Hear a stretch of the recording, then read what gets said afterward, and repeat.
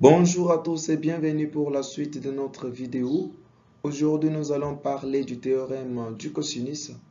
Alors, nous allons considérer notre triangle ABC. En considérant notre triangle ABC, nous allons tirer les relations suivantes. Nous aurons A carré qui sera égal à B carré plus C carré moins 2 fois BC cosinus de l'angle A. Le côté A est opposé à cet angle-là. Donc, on met cosinus de l'angle A. Et pour les côtés B, nous aurons A carré plus C carré moins 2 fois AC cosinus de l'angle B. Parce que le côté B est opposé à cet angle-là, qui est l'angle B. Ainsi de suite. Et on déduit aussi les côtés C. Voilà. Et remarque que si nous allons donner quelques remarques aussi, comment est-ce qu'on peut appliquer ce théorème. Première remarque que nous avons, si l'angle A est égal à 90 degrés, on a le théorème de Pythagore. Ça veut dire, si ici nous avons un triangle rectangle, on a ici, ou comme ça, on a un triangle rectangle, nous aurons affaire au théorème de Pythagore. Dans ce sens-là, nous aurons le cosinus de 90 degrés. Et le cosinus de 90 degrés qui nous donne 0, on reste avec le théorème de Pythagore, qui est tout simplement le carré de A qui sera égal au carré de B plus le carré de C. Voilà. Deuxième remarque, nous avons le théorème du cosinus permet de résoudre les cas où le théorème du sinus ne peut être utilisé directement. On détermine l'élément manquant d'un triangle quelconque si l'on connaît l'une des combinaisons suivantes. Voilà. Première combinaison, ça veut dire si on connaît deux côtés et l'angle entre eux, on peut déterminer les éléments manquants de notre triangle. Si on connaît aussi trois côtés, on peut aussi déterminer les éléments manquants de notre triangle. Voilà, donc nous allons faire quelques exercices pour essayer d'expliciter nos dires.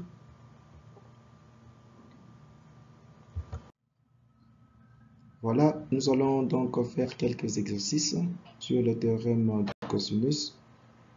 Et nous allons commencer par le tout premier exercice qui dit un parallélogramme a des côtés de 30 cm et de 70 cm et un angle de 65 degrés. On demande alors de calculer la longueur de chaque diagonale. Et dans un parallélogramme, nous avons deux diagonales. Et nos diagonales ici sont, nous avons notre diagonale C et notre diagonale D. Donc, on aura à chercher C et D. Comment est-ce que nous allons parvenir? On nous a donné un angle qui est de 65 degrés. On ne sait pas où le mettre. On peut choisir l'endroit nous-mêmes. On sait déjà qu'ici, on peut avoir c'est un angle qui est supérieur à 90 degrés. C'est notamment un angle obtus qui est supérieur à 90 degrés. Donc, on va chercher la disposition où on peut avoir l'angle qui peut être inférieur à 90 degrés. Et l'angle qui peut être à 90 degrés, c'est cet angle, soit cet angle-là. Alors, qu'est-ce que nous allons faire? Nous allons adopter un endroit. On peut prendre ce côté, cet endroit-là. On place notre angle de 65 degrés. En plaçant ici notre angle de 65 degrés, nous aurons un triangle ici. Un triangle, il nous sera facile de calculer le petit d, qui est notre diagonale. Alors, nous devons aussi chercher un autre angle de ce côté-là. Qu'est-ce que nous devons faire? Nous allons projeter. Nous allons projeter cet angle-là ici. En projetant cet angle-là ici, en traçant un petit triangle ici, on aura ici un angle de 65 degrés. Et d'ici jusqu'ici, on aura un angle de 180 degrés. Et en faisant la différence, on aura cet angle-là. Voilà. Donc, Nous allons passer à la résolution. Nous avons notre sommet ici A. Nous avons aussi un sommet ici B. On aura l'angle A qui est égal à 65 degrés. Et nous allons déduire l'angle B. L'angle B sera égal à 180 degrés moins l'angle A. Et l'angle B sera égal à 115 degrés. Donc cet angle-là, c'est 115 degrés. Cherchons alors le petit IC. Par rapport à ce triangle-là, on peut aussi facilement chercher le petit C. Et par rapport à ce triangle-là, on peut aussi facilement chercher le petit D, connaissant déjà les angles. Alors, le petit d sera égal tout simplement à 70 au carré plus 30 au carré moins 2 fois 70 cosinus de l'angle de 65 degrés.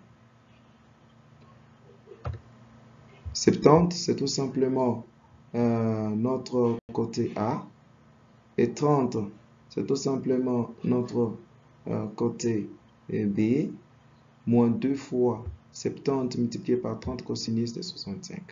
Alors, on trouve que les côtés D de notre triangle ici sera tout simplement égal d carré. Nous aurons d carré qui sera égal à 5800 moins 1775. Alors, en faisant la différence, on va calculer la racine carrée du nombre qu'on aura après. Et nous aurons comme résultat 63,44 cm de notre diagonale D. Alors nous allons calculer notre diagonale C. Nous avons déjà la relation de notre diagonale C. On avait mis déjà là au-dessus. Alors, en calculant, nous avons notre diagonale C qui sera aussi égale à 70 au carré plus 30 au carré moins 2 fois 70 multiplié par 30 multiplié par cosinus de l'angle de 115 degrés. Cet angle-là, nous avons le côté C qui est opposé à cet angle-là, donc cosinus de l'angle de 115 degrés. Alors, on aura à faire la somme. Pourquoi? Parce que ici, le cosinus sera négatif. Moins multiplié par moins nous donne plus, alors on met ici plus. Et nous aurons 5800 plus 1775. Nous aurons un nombre et la racine carrée de ce nombre-là nous donnera tout simplement 87,03 cm. Voilà la longueur de notre diagonale C. Donc là, on a trouvé nos deux diagonales. Nous allons passer à l'exercice suivant.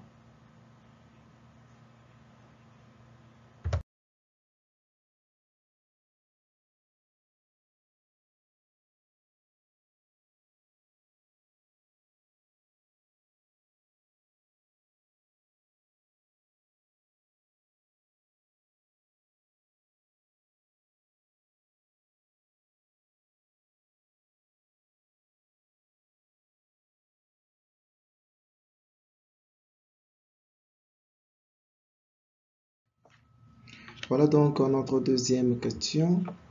On dit un poteau haut de 12 mètres est planté sur le flanc d'une colline qui forme un angle de 17 degrés avec l'horizontale.